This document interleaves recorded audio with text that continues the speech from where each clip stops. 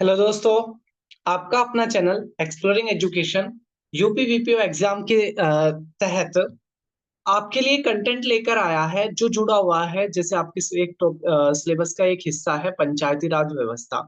उस पंचायती राज व्यवस्था में आपसे उत्तर प्रदेश से जुड़े हुए क्वेश्चंस आते हैं, जिसमें आपसे पूछा जाता है कि भाई ये व्यक्ति का क्या कार्य होता है, इस व्यक्ति का क्या कार्य होता है। यूपी पंचायती राज व्यवस्था के तहत इन व्यक्तियों के क्या कार्य होते हैं, ये आपका कंटेंट जुड़ा रहता है। तो उसी के तहत हम आज आपके लिए लेकर आए हैं। अगर हम बात करें राज्यपाल की, तो जो राज्यपाल है, राज्यपाल राज्य वित्त आयोग जो होता है, ठीक है, स्टेट फाइनेंशियल जो कमीशन होती है, जिसमें एक अध्यक्ष होता है और 4 व्यक्ति होते हैं। उनका जो चयन है, जो उनका अपॉइंटमेंट है, वो राज्यपाल करते हैं। राज्य निर्वाचन आयोग, जो राज्य का जो इलेक्शन कमीशन है, स्टेट इलेक्शन कमीशन है, वो भारत में पंचायत के चुनाव कराता है। सिर्फ ये ही चुनाव है जिनको स्टेट इलेक्शन कमीशन कराती है। बाकी सारे जो चुनाव है भारत में, वो सेंट्रल इलेक्शन कमीशन कराती है। निर्वाचन संचालन निर्वाचन संचालन जो होता है, उनको जिला मजिस्ट्रेट के द्वारा चुना जाता है। जिला मजिस्ट्रेट बताते हैं कि निर्वाचन संचालन कौन होगा, मतलब जो चुनाव का जो संचालन कराते हैं वो जिला मजिस्ट्रेट कराते हैं, डीएम कराते हैं। निर्वाचन अधिकारी, जिनको रिटर्निंग ऑफिसर कहते हैं, ये मस्त मतदान स्थल को तय करते हैं। इसके अलावा ये मतदान अध्यक्ष यानी कि जिसको पीठासीन अधिकारी कहते हैं, उसका अपॉइंटमेंट करते हैं। तो निर्वाचन अधिकारी के 2 काम हैं, एक तो मतदान स्थल बताना कि भाई कौन सा चुनाव किस जगह पर होगा। इसके अलावा मतदान अध्यक्ष का अपॉइंटमेंट कराना। राज्य सरकार ग्राम सभा के अनुरोध पर पंचायत क्षेत्र का नाम बदलाव करती है। राज्य सरकार यानी कि जो ग्राम सभा है, वो लिखित में राज्य सरकार के पास एक लेटर देगी। राज्य सरकार उस पर डिस्कशन करेगा, अगर उसको ये चीज वैलिड लगती है तो वो क्या करेंगे, इसको बदल देंगे।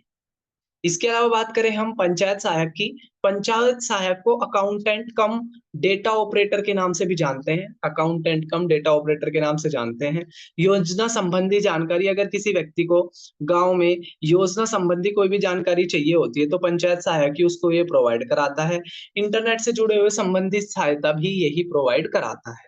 इसके अलावा जो अपशिष्ट प्रबंधन है, वो भी यही देखते हैं। पेयजल की व्यवस्था यही करते हैं। पेयजल पे जो उपभोग जो कलेक्ट होना है, टैक्स जो कलेक्ट होना है, उसको भी यही देखते हैं। और शुल्क कलेक्शन, ठीक है, जल उपभोग का जो शुल्क कलेक्शन है, वो भी यही करते हैं।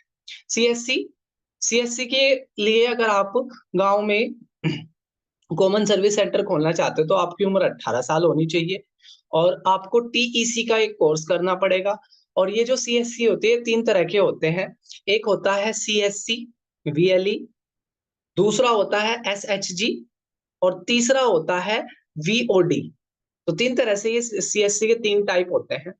ग्राम पंचायत अधिकारी, तो ग्राम पंचायत में तैनात होते हैं गांव के स्तर पर।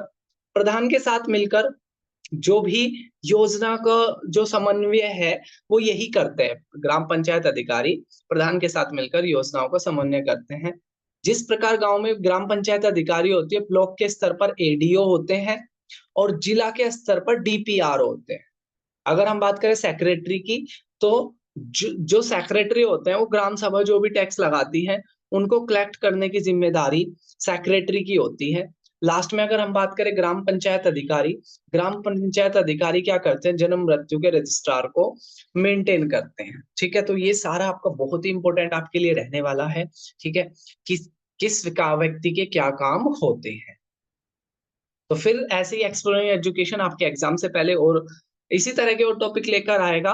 तब तक के लिए टेक केयर, जय हिंद जय भारत। तब तक आप इन चीज को रिवाइज करते रहो एग्जाम में जाने से पहले।